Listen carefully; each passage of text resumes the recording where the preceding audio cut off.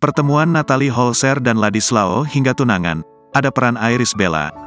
Artis Irish Bella ternyata jadi mak comblang hubungan Natalie Holzer dengan Ladislao.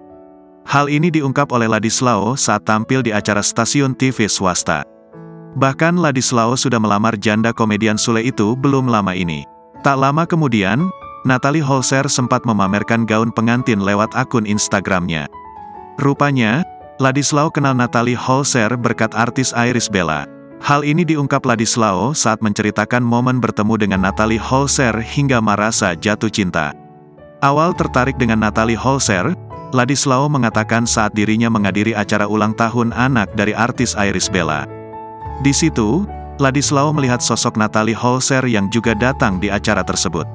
Sedangkan sebelumnya, ternyata Ladislao dan Natalie juga pernah bertemu di program acara TV. Namun, saat itu keduanya belum saling tegur sapa.